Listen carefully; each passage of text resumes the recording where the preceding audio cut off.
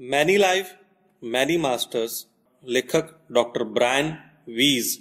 अध्याय 5।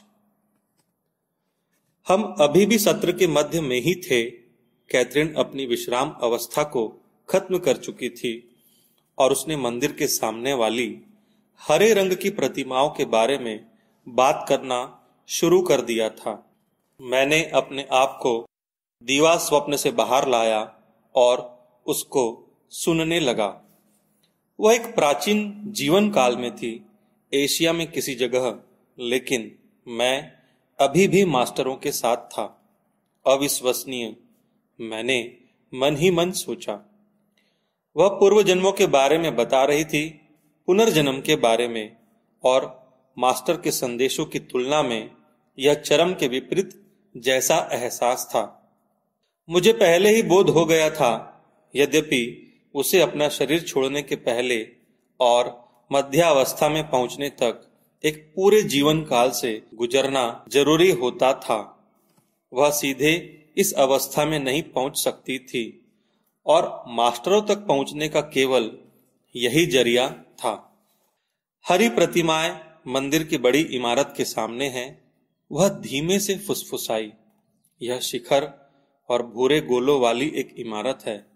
इसके सामने 17 सीढ़ियां हैं और जब आप सीढ़ियां चढ़ते हैं तो एक कमरा पड़ता है। कुछ जलने की गंध है। किसी ने भी जूते नहीं पहने हैं। उनके सिर मुंडे हुए हैं। उनके चेहरे गोल और आंखें काली है। वे काली चमड़ी वाले हैं। मैं वहां हूं। मेरे पंजे में चोट लगी है और मैं वहां मदद पाने के लिए पहुंची हूं। मेरा पंजा सूजा हुआ है। मैं इससे कदम नहीं रख पा रही हूं। मेरे पंजे में कुछ चुभा है। वे मेरे पंजे तक कुछ पत्तियां रख रहे हैं। अजीब सी पत्तियां हैं। टेनिस यानी टेनिन या टेनिक एसिड, जो कि कई पौधों की जड़ों, छाल, पत्तियों और फलों में होता है। इसके घाव भरने के गुणों के कारण प्राचीन काल से इसका औषधि के रूप में उपयोग हो रहा है। पहले मेरे पंजे को साफ किया गया। यह देवताओं के सामने होने वाली एक रस्म है। मेरे पैर में थोड़ा जहर है। मैं किसी चीज पर कदम रखती हूँ। मेरे घुटने में सूजन है। मेरे पैर पट्टियों के कारण भारी है। खून में जहर। उन्होंने मेरे पंजे में एक छेद बनाया और कुछ बहुत गर्म चीज उसमें डाली। कैथरीन अब दर्द से कराह रही थी। उसे कोई बहुत ही कड़वी दवा पीने को दी गई थी, जिसके कारण वह उबकाई ले रही थी। वह दवा पीली पत्तियों से बना द्रव थी। वह स्वस्थ हो रही थी, लेकिन उसका पंजा और उसके पैर की हड्डियां पहले जैसी नहीं थी। मैंने उसे उस दौर में आगे बढ़ाया। उसने केवल एक उजाड़ और गरीबी से त्रस्त जीवन देखा। वह अपने परिवार के साथ एक कमरे वाली छोटी सी झोपड़ी में रह रही थी, जिसमें मेज भी नहीं थी। वे एक तरह का चावल खाते थे, अनाज के जैसा, लेकिन वे हमेशा भूखे ही रहते थे। उसकी उम्र तेजी से बढ़ रही थी, पर गरीबी और भूख से छुटकारा कभी नहीं मिला और वह मर गई। मैंने प्रतीक्षा की, पर मैं कैथरीन की थकान को देख सकता था। मेरे जगाने के पहले, हालांकि उसने मुझे बताया था कि रॉबर्ट जेरार्ड नाम के व्यक्ति को मेरी मदद की जरूरत है, पर मुझे जरा भी पता नहीं था कि यह रॉबर्ट जेरार्ड है कौन या मैं कैसे इसकी मदद कर सकता हूं। बस इसके बाद कुछ और नहीं था। सम्मोहन से जागने के बाद कैथरीन ने फिर से अपने पूर्व जन्म की यादों को दोहराया, पर उसे मौत के बाद के अनुभव याद नहीं थे। जन्म मृत्यु के बीच की अवस्था का भी कुछ याद नहीं था। न तो देवात्माओं के बारे में और न ही उनके द्वारा प्रकट अविश्वसनीय ज्ञान के बारे में उसे कुछ याद था।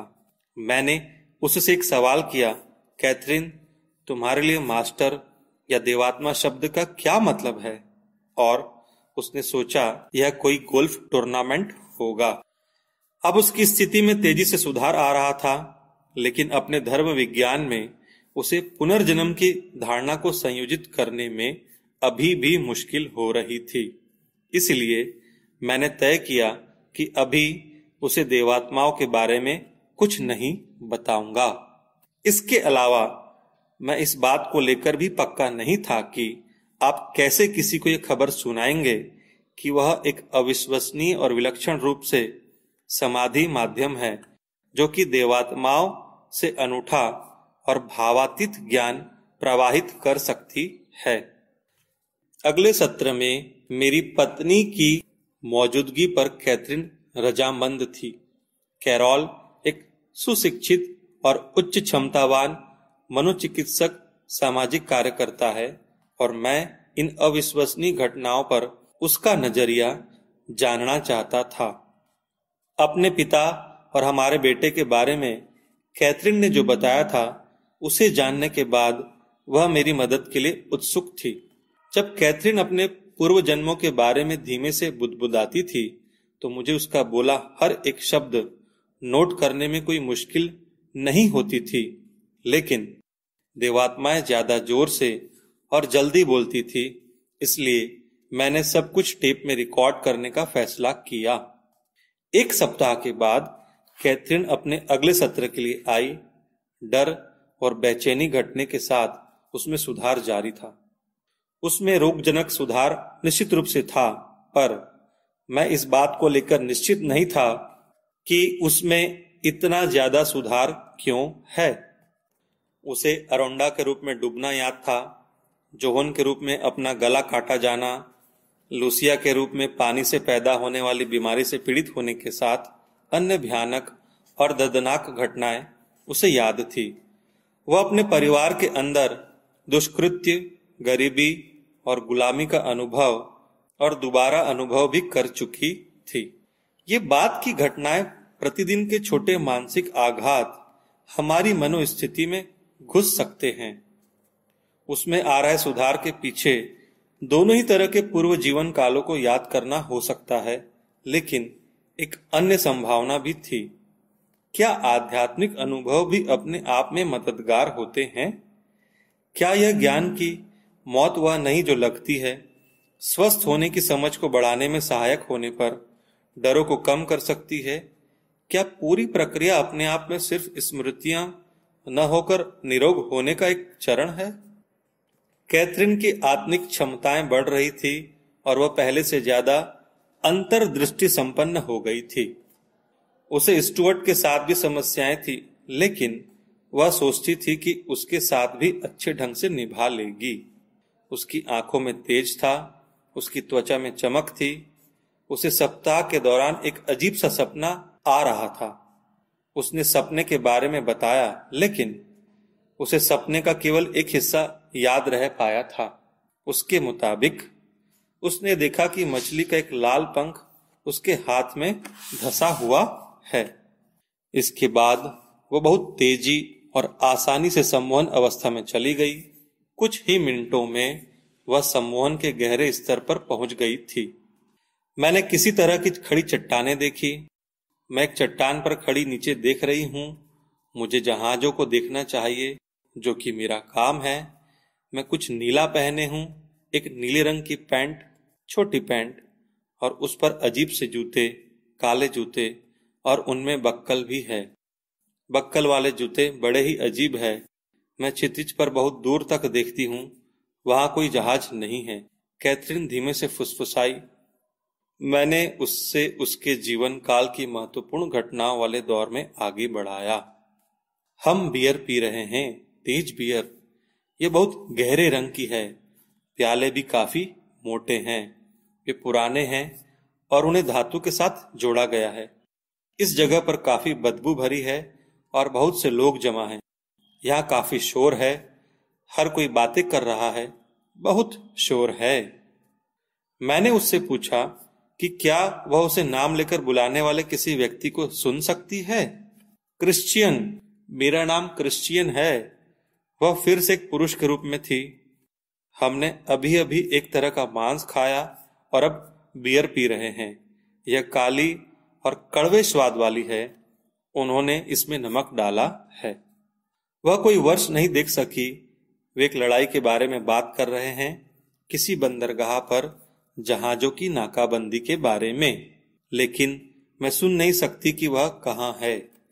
अगर वे लोग थोड़ा चुप होंगे तो मैं सुन पाऊंगी, लेकिन हर कोई जोर जोर से बातें कर रहा है। मैंने पूछा, तुम कहाँ हो? हैमस्टीड।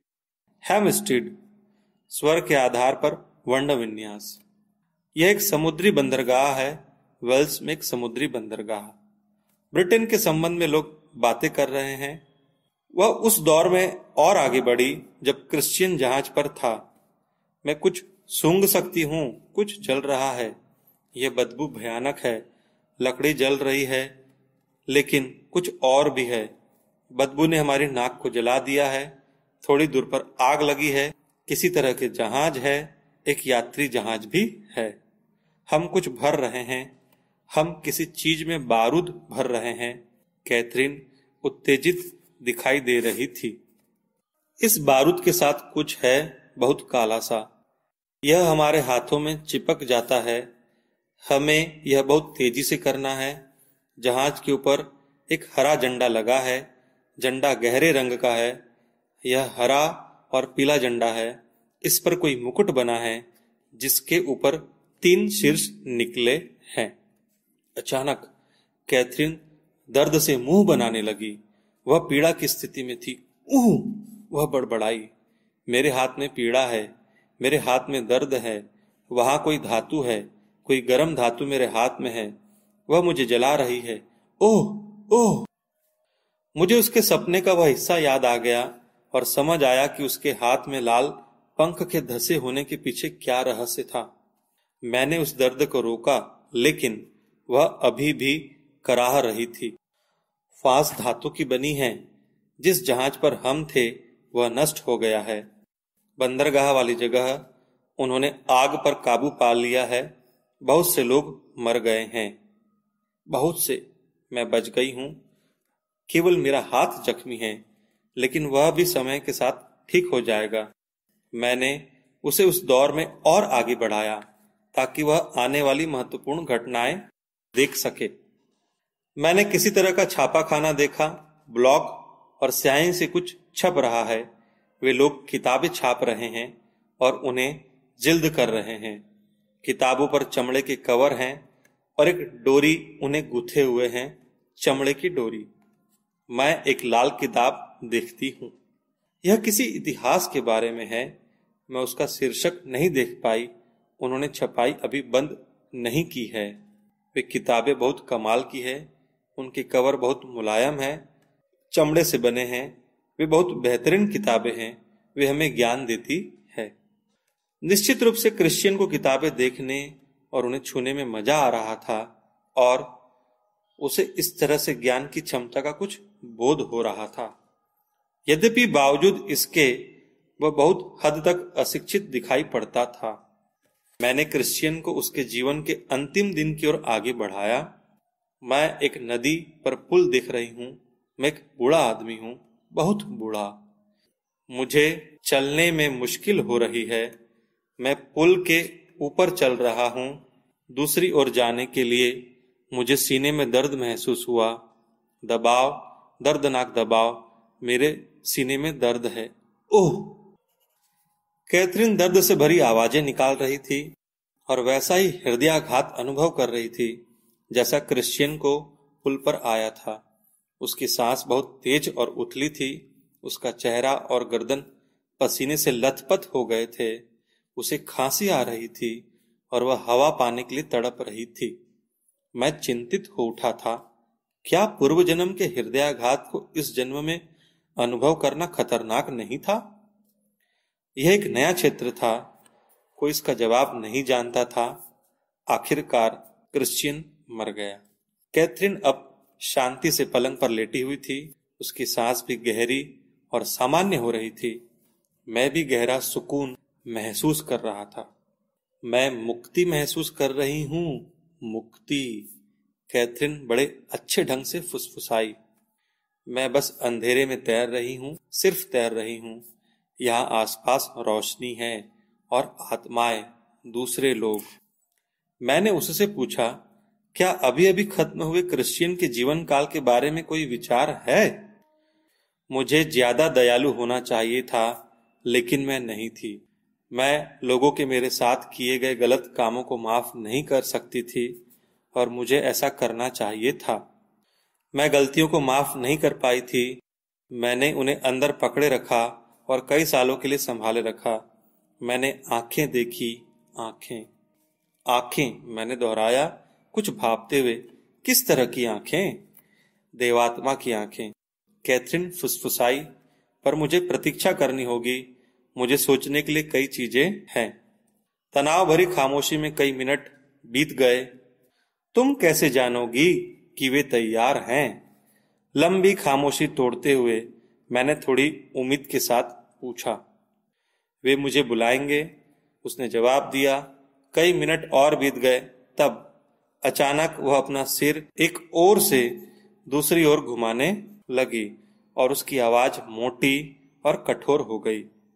ये बदलाव के संकेत थे। इस आयाम में बहुत सी आत्माएं हैं। मैं अकेली नहीं हूं। हमें धैर्य रखना होगा।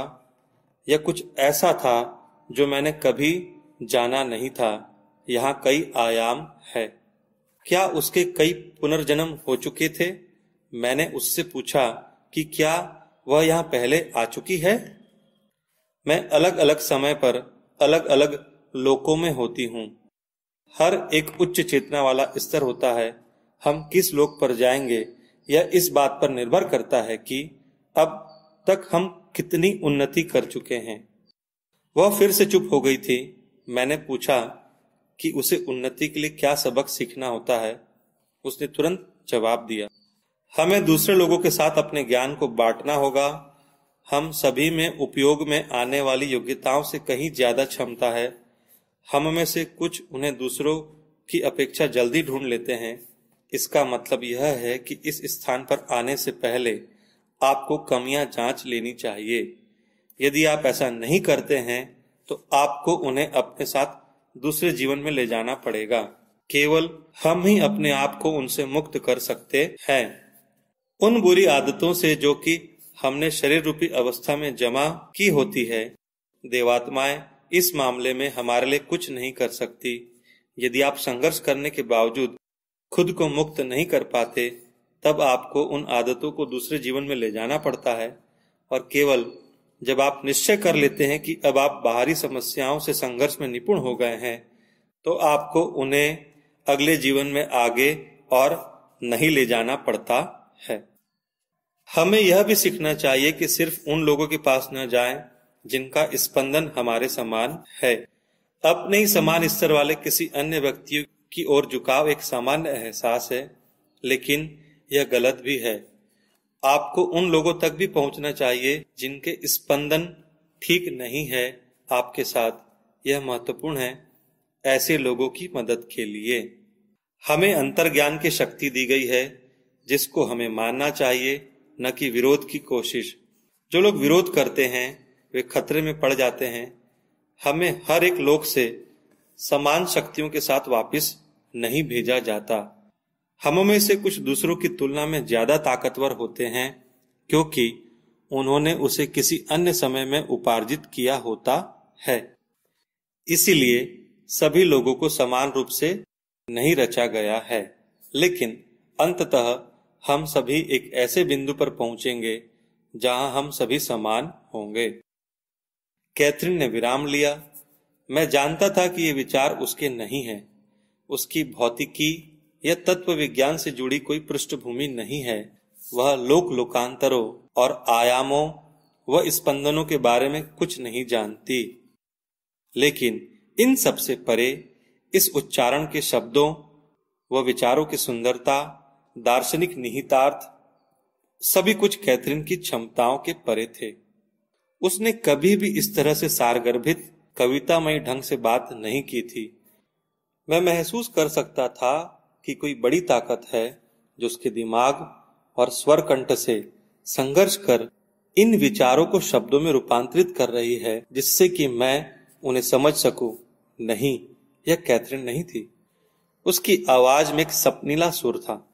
वे लोग जो कि कोमा में हैं, वे निलंबन की अवस्था में हैं, वे अभी भी दूसरे लोक में जाने के लिए तैयार नहीं है। जब तक कि वे निश्चय नहीं कर लेते कि उन्हें जाना चाहिए या नहीं। केवल वे ही यह फैसला कर सकते हैं। यदि उन्हें लगता है कि उनके सीखने के लिए सबक नहीं है शरीर की अवस्था में, तब उन्हें उस पार जाने की अनुमति मिलती है। लेकिन यदि उनके लिए सबक है, तब उन्हें फिर से लौटना जरूरी होगा, फिर चाहे वे ऐसा करना नहीं चाहते हो। यह उनके लिए विश्राम की अवधि होती है, ऐसा समय जब उनकी मानसिक शक्तियां विश्राम कर सकती है। इस तरह कोमा में पहुंचे लोग ही यह निश्चय कर सकते हैं कि उन्हें शरीर अवस्था में लौटना है या नहीं, जो कि इस बात पर निर्भर होता है कि शरीर रूप में उन्हें कितना कुछ सीखना बाकी है। यदि वे महसूस करते हैं कि आगे कुछ भी सीखने के लिए नहीं है, तो वे सीधे आत्मिक अवस्था में पहुंच सकते हैं। ऐसे में आधुनिक दवाइयां धरी रह जाती है। इन जानकारियों का निकट मृत्यु अनुभवों के बारे में प्रकाशित शोध से अच्छी तरह तालमेल बैठता है। और क्यों कुछ लोग लौट आना चुनते हैं। दूसरों को यह विकल्प नहीं दिया जाता, उन्हें लौटना ही होता है, क्योंकि उनके लिए और सबक बाकी होते हैं। स्वाभाविक रूप से निकट मृत्यु अनुभव प्राप्त करने के बाद अपने शरीर में लौट आने वाले सभी लोगों की कहानियों में एक बड़ी समानता मिलती है। उन्हें उनके शरीर से अलग कर दिया गया था और वे शरीर के ऊपर एक बिंदु पर पुनर्जीवन के लिए प्रयासों को देख रहे थे। साथ ही वे एक चमकदार रोशनी से भी परिचित थे, या पास ही दमकती एक दिव्य आकृति से। कभी कभी सुरंग के अंतिम छोर पर उन्हें कुछ पीड़ा नहीं हुई। जैसे ही आत्माओं को धरती पर अपने अधूरे कामों का बोध होता है, वे तुरंत ही अपने शरीर में लौट आती है और फिर से पीड़ा और अन्य शारीरिक संवेदनाओं को महसूस करने लगती है। मेरे पास निकट मृत्यु अनुभवों वाले कई मरीज रहे हैं। सर्वाधिक दिलचस्प मामला दक्षिणी अमेरिका के एक व्यापारी का था। कैथरीन का उपचार खत्म होने के 2 साल बाद मैंने उसका उपचार पारंपरिक मनोचिकित्सा के कई सत्रों में किया था। जैकब नाम का वह आदमी 1975 में जब 30 वर्ष से भी कम उम्र का था, तो हॉलैंड में एक मोटरसाइकिल की चपेट में आकर बेहोशी में चला गया था। उसे याद आया कि वह अपने शरीर के ऊपर तैरते हुए नीचे दुर्घटना के दृश्य, एम्बुलेंस में खुद को ले जाते हुए, डॉक्टरों को अपना उपचार करते हुए और आसपास जमा दर्शकों की भीड़ को देख रहा था। कुछ ही दूरी पर दिख रही सुनहरी रोशनी से वह परिचित हुआ और जैसे ही वह उस तक पहुंचा, उसने गेहुए जामा पहने एक साधु को देखा।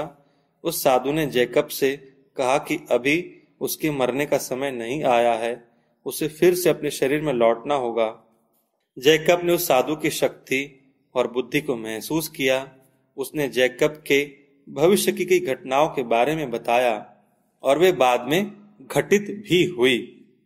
जैकब एक अजीब सी ध्वनि के साथ अपने शरीर में लौट आया था। अब वह अस्पताल के बिस्तर पर था। उसकी चेतना लौट आई थी और उसने पहली बार अति भयानक पीड़ा का अनुभव किया था। सन 1980 की बात है। यहूदी जैकब इजराइल की यात्रा पर था। इस दौरान वह हेब्रोन नामक जगह पर एक महापुरुष की गुफा देखने गया। वह यहूदियों और मुस्लिमों दोनों के लिए एक पवित्र जगह थी। इस पवित्र जगह पर आने के बाद वह पहले से ज्यादा धार्मिक हो गया और ज्यादा प्रार्थना करने लगा था। वहां उसने पास ही एक मस्जिद देखी और मुस्लिम लोगों के साथ वह भी प्रार्थना में बैठ गया। कुछ देर बाद जब वह जाने के लिए उठा, तो एक बुजुर्ग मुस्लिम व्यक्ति उसके पास आया और कहने लगा, तुम दूसरों से अलग हो। वे बिरले ही हमारे साथ प्रार्थना के लिए बैठते हैं। वह बूढ़ा एक पल के लिए ठहरा और आगे कुछ कहने से पहले जैकब के चेहरे को गौर से देखने लगा। तुम उस साधु से मिल चुके हो, उसने जो भी बताया था उसे भूलना मत।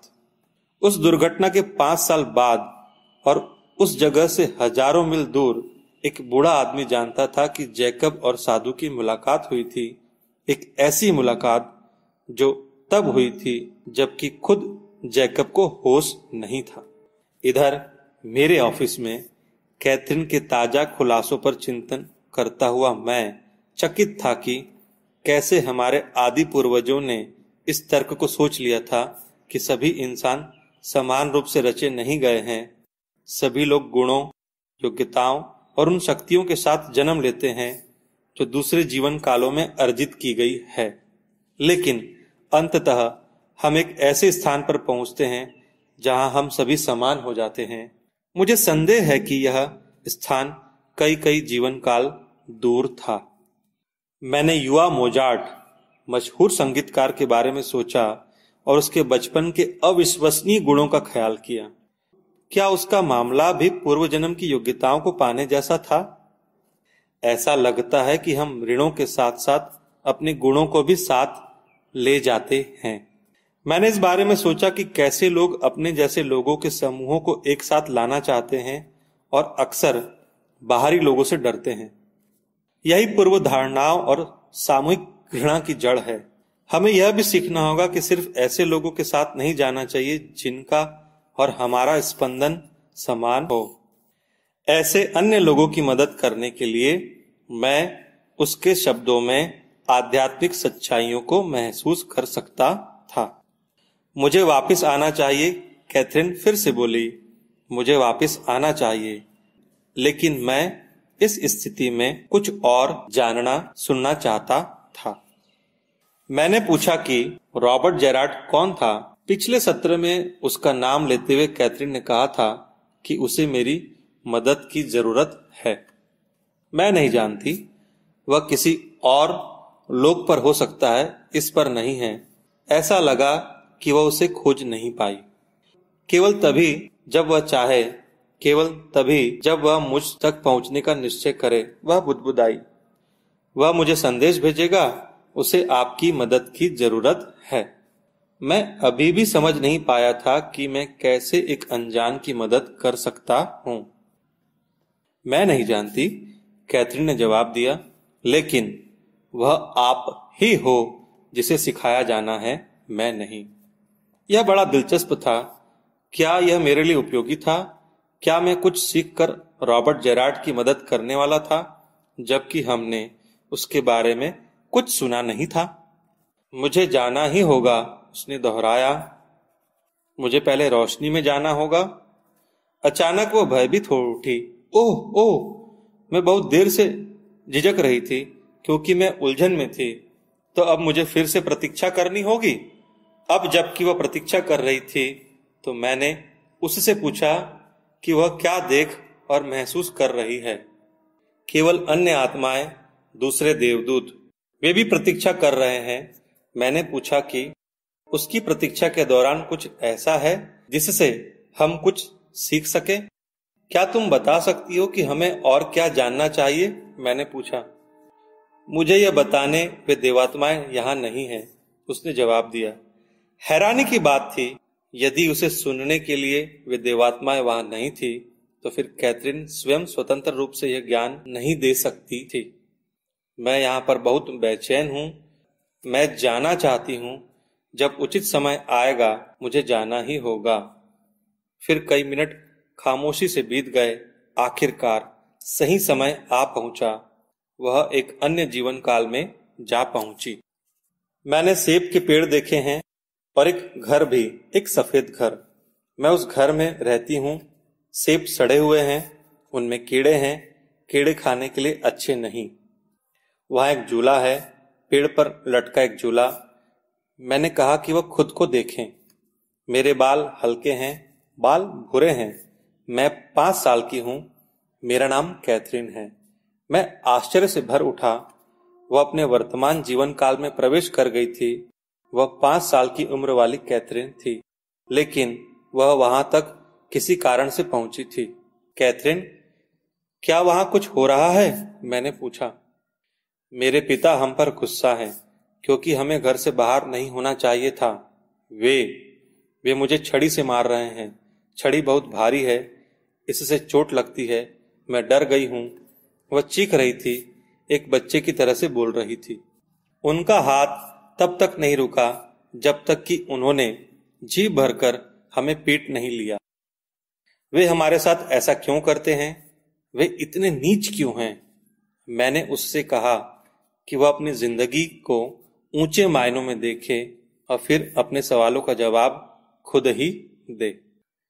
मैंने हाल ही में पढ़ा था कि लोग ऐसा कर सकते हैं। कुछ लेखक इसे स्वयं का उच्च नजरिया या उच्चतम अंतर्मन कहते हैं। मैं यह जानने के लिए उत्सुक था कि यदि ऐसा कुछ होता है तो क्या कैथरीन उस अवस्था में पहुंच पाएगी? यदि वह ऐसा कुछ कर पाएगी तो एक शक्तिशाली उपचार तकनीक होगी और अंतर्मन में झांकने वो उसे समझने का एक शॉर्टकट भी बनेगी। वे हमें कभी नहीं चाहते। वो बहुत धीमे से फुसफुसाई। वे सोचते हैं कि हम उनकी जिंदगी पर बोझ है। वे हमें नहीं चाहते। क्या तुम्हारे भाई को भी नहीं? मैंने पूछा। हाँ, मेरे भाई को भी नहीं। उसे तो और भी ज्यादा नापसंद करते हैं। उनकी मेरे भाई को जन्म देने की कोई योजना नहीं थी। उस समय जब उनकी शादी नहीं हुई थी तब वह पेट में आ गया था। यह कथन सिद्ध करता था कि यह जानकारी कैथरीन के लिए नहीं थी। वह कभी भी विवाह पूर्व गर्भधारण के बारे में नहीं जानती थी। बाद में उसकी मां ने कैथरीन के इस खुलासे पर अपनी स्वीकृति की मुहर लगाई।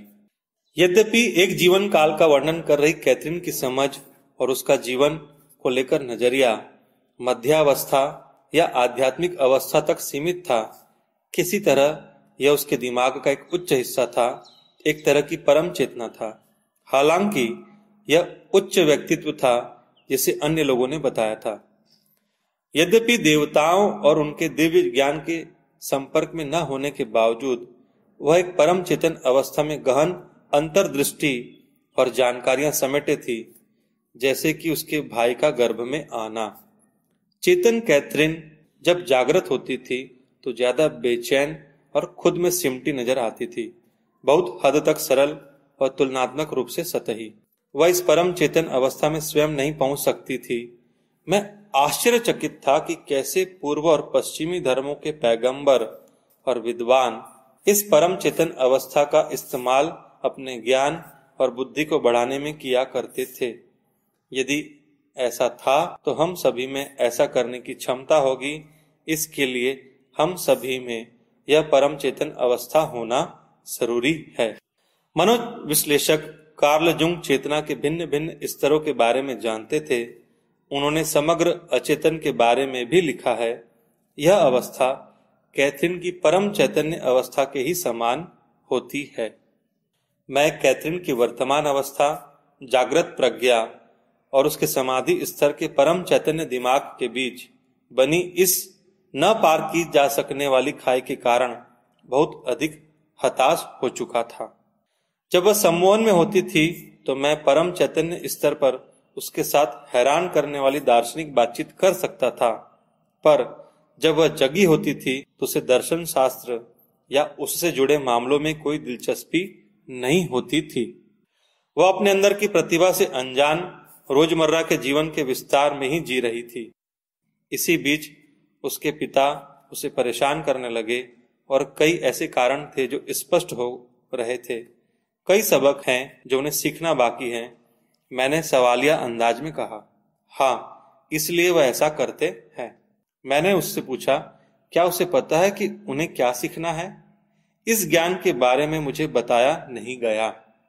उसकी आवाज दूर से आती हुई और टूटी सी लग रही थी। जो मेरे लिए जरूरी है वही मुझे बताया गया है, जो मुझसे संबंधित है। हर इंसान को अपने आप में दिलचस्पी रखना चाहिए, खुद को बनाने के लिए पूर्ण। हमें सीखने के लिए कई सबक है, हर एक के लिए। उन्हें एक के बाद एक करके सीखना होगा, एक क्रम में। केवल तभी हम जान सकते हैं कि अगले व्यक्ति की जरूरतें क्या हैं, उनमें क्या कमियां हैं, या खुद को संपूर्ण बनाने के लिए हमारे अंदर किन सुधारों की जरूरत है। वह धीमी फुसफुसाहट में बोल रही थी और उसकी इस आवाज में एक प्यारी सी अनासक्ति का एहसास हो रहा था।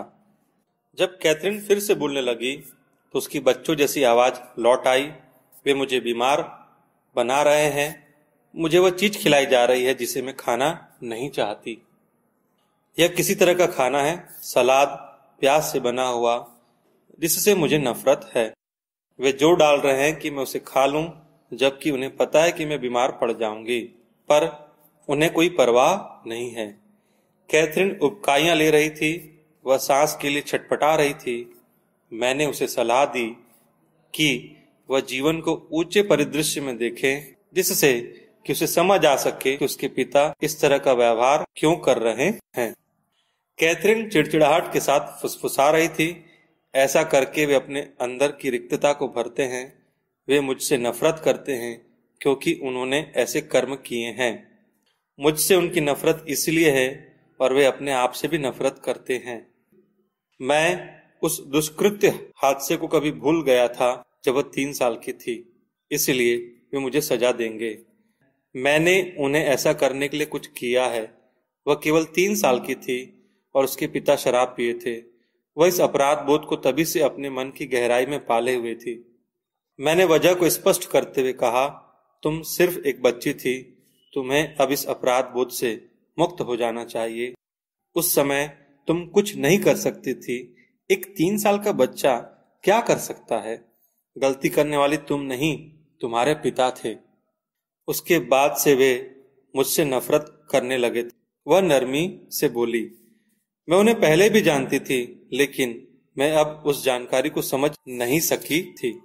मुझे उस समय में पीछे लौटना चाहिए, हालांकि कई घंटे पहले ही बीत चुके थे।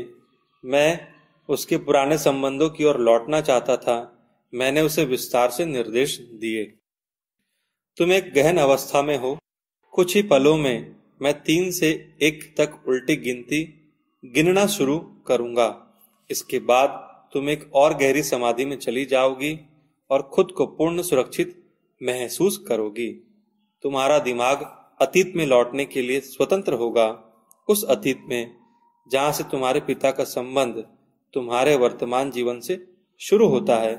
उस दौर में जब बचपन में तुम्हारे और उनके बीच कुछ महत्वपूर्ण घटना घटी थी। जब मैं 1 कहूंगा तो तुम उस जीवन काल में लौट जाना और उसे याद रखना। यह तुम्हारे इलाज के लिए महत्वपूर्ण है। तुम इसे कर सकती हो। 3, 2, 1। इसके बाद एक लंबा विराम आ गया। वे मुझे नहीं दिख रहे हैं, लेकिन मैं लोगों की हत्याएं होते देख रही हूं। उसकी आवाज भारी और ऊंची हो गई।